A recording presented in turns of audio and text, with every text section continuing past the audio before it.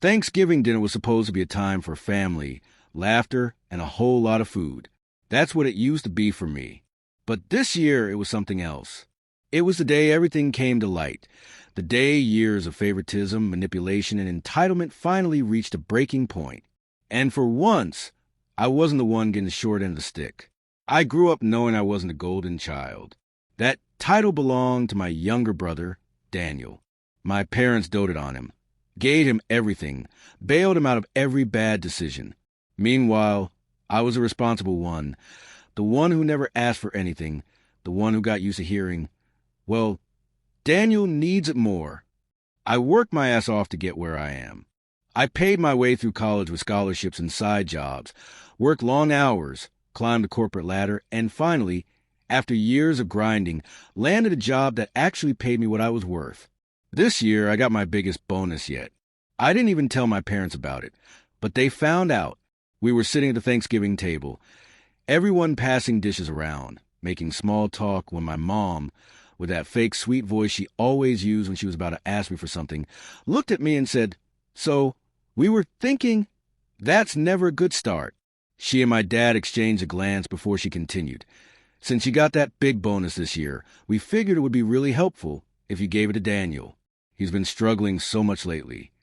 I blinked. I genuinely thought she was joking. I let out a small laugh and said, "That's funny because I have a surprise for you, too." Their faces lit up for a second, probably thinking I was about to say something generous. That's when I pulled out my laptop. I opened the folder I had spent months gathering, screenshots, receipts, emails, everything, and turned the screen toward them. Silence. My mom's smile froze. My dad's face paled. Daniel, who had been smirking like he always did when he thought he was getting away with something, suddenly looked like a deer in headlights.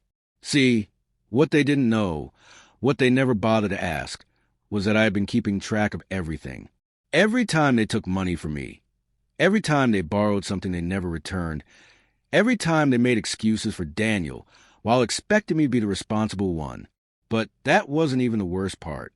I had something else, something bigger, something that would make sure they never asked me for another dime again. I took a deep breath, leaned back in my chair, and said, "I hope you're ready for this." My mom reached for her wine glass with shaking hand. My dad just stared at the laptop, his jaw clenched so tight I thought his teeth might crack. And Daniel, he was already looking for a way out, shifting in his chair, eyes darting around the room like a rat trapped in a cage. I let the silence sit for a moment, let them sweat, then tapped the screen. "This," I said slowly, "is every bank transfer I've ever sent you, every loan that was never paid back, every emergency bill you couldn't cover because Daniel needed help." I scrolled down.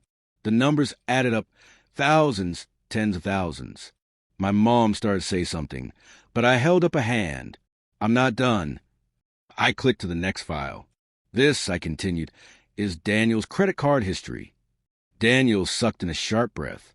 "How the hell did you?" I cut him off. "You're not as smart as you think you are." He had no idea I had access to his statements. He had no idea that every time my parents asked me for help because Daniel was supposedly drowning in bills, he was actually blowing money on bars, expensive sneakers, and vacations. I had screenshots of Instagram posts where he flexed with bottles of champagne at clubs, trips to Miami, Las Vegas, Mexico. I even had a photo of him standing next to a brand new gaming setup, one that cost more than my rent. My mom turned to him. "Is this true?" she whispered. Daniel scoffed. "It's not that serious." I laughed, a real bitter laugh. "Oh, but it is. And do you know why?" I clicked to the final file. My dad spoke for the first time. What else could there possibly be? I turned the screen to face them again. "This," I said, my voice steady, "is the record of the mortgage payments I made on this house. The one you told me was already paid off." My mom's face went white. My dad let out a slow breath, his hand gripping the table like he might flip it over. "Yeah, that's right. I found out. About a year ago, my parents came to me crying, saying they were in danger of losing the house. They begged me for help, swore they just needed a little bit to get back on their feet. I was hesitant, but I didn't want them homeless, so I paid and paid. and paid. Then I got curious. I did some digging, and I found out the house was never in danger. The money? Gone. Where? Daniel. My parents funneled the money straight to him. For his struggles. For his hard times. For his vacations, his parties, his fun. I leaned back and crossed my arms. So, tell me again, I said, my voice cold, why exactly should I give him my bonus? No one spoke. The room was so quiet I could hear the clock tick in the kitchen. Then my dad's voice, low and dangerous. You went behind our backs. I laughed. I went behind your backs? You stole from me. Daniel slammed a hand on the table. You're making a big deal out of nothing. My patience snapped. Nothing? You lied to me. All of you. Over and over again. And you expected me to keep giving? You expected me to just hand over more money while you spent it on this loser. Daniel jumped up. I'm not a loser. My dad stood, his hands flat on the table. Sit down. Daniel hesitated, but something in my dad's tone made him drop back into his seat, fuming. My mom reached for me, her voice soft, pleading, Sweetheart, you don't understand. I yanked my arm away. No, you don't understand. I pointed to the laptop. I have proof, every single thing you've done. And now, I leaned in, lowering my voice. Now you're going to pay me back. Their faces dropped even further. Yeah, they weren't expecting that. For once, I had the power. And I wasn't done yet. The air in the room shifted. My mom's face crumpled. But I wasn't falling for the fake tears this time. My dad looked like he was calculating, trying to figure out how to twist this in his favor. Daniel, his fists were clenched so tight his knuckles turned white. You want us to pay you back? My dad finally said, his voice low, controlled. I nodded. That's right. He let out a dry chuckle. And what if we don't? I smiled. I had been waiting for him to ask that. I clicked on another file, turned the laptop back around, and slid it toward them. Then I said, send this to the IRS. My mom made a choking sound. My dad stiffened. The IRS? What the hell does that mean? It means our dear parents have been committing a little thing called tax fraud for the last 5 years. I tapped the screen. Fake deductions, false income reports, and, oh, look at this. Filing you as a dependent even though you make plenty of money under the table. Daniel's head whipped toward me. Wait, what? I nodded. Yeah, you were never as broke as they made you seem. In fact, you've been earning more than me at times. Just illegally, cash jobs, no taxes, and our parents cover for you by committing fraud. Daniel's face twisted with confusion, then anger. What the hell, Dad? But my dad wasn't looking at him. He was looking at me, and for the first time in my life, I saw fear in his eyes. You don't want to do this, he said quietly. I tilted my head. Why not? Because we're family. I let out a humorless laugh. Family? Family wouldn't have stolen from me. Family wouldn't have lied to my face for years. Family wouldn't have left me to struggle while they threw money at someone who refused to grow up. Daniel shot up from his chair, pointing a finger at me. Oh, shut the hell up. You self-righteous. You think you're so much better than me just because you work some boring office job? You think that makes you more deserving. I met his glare without blinking. Yeah, actually I do, because I earned it. My mom sobbed into her hands. My dad rubbed his temple, his face unreadable. And then something unexpected happened. Daniel laughed. A slow, ugly laugh that made my skin crawl. You really think you're going to win this? He asked, shaking his head. You think you're the only one with leverage? A bad feeling crept up my spine. What the hell are you talking about? His smirk widened. I guess it's time for my surprise. He pulled out his phone, tapped the screen a few times, then turned it toward me. My stomach dropped.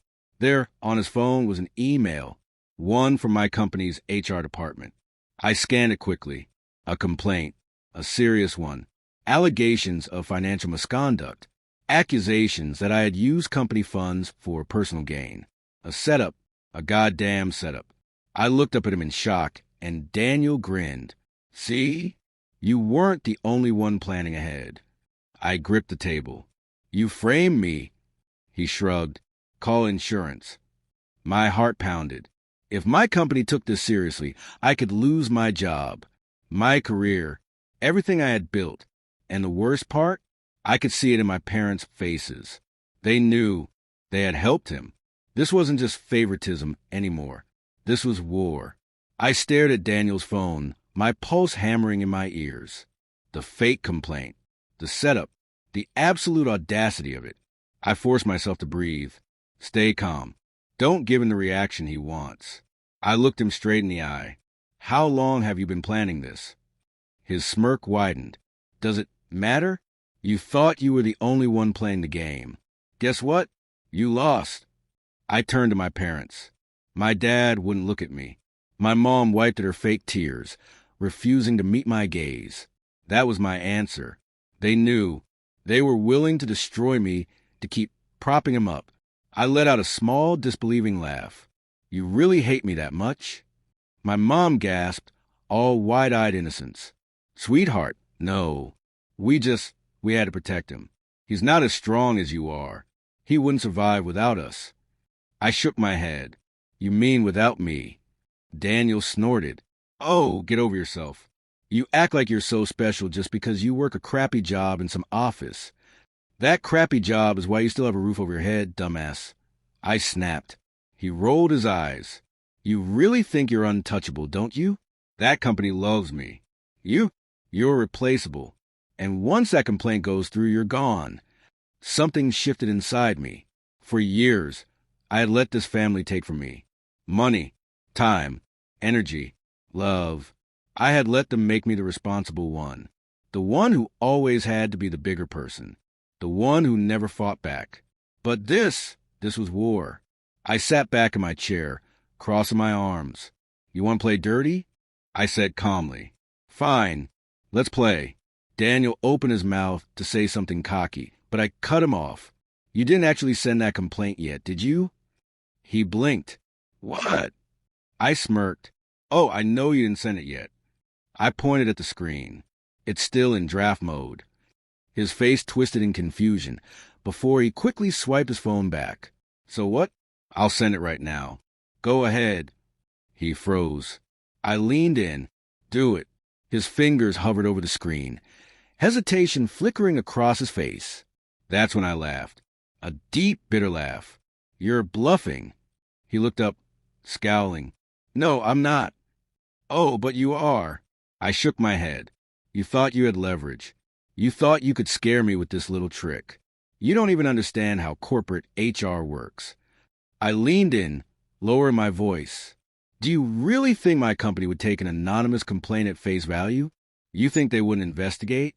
You think they wouldn't find out where it came from? His smirk faltered. I laughed again. Oh, you idiot. You don't even realize how much trouble you're in. He shifted in his seat, trying to regain confidence.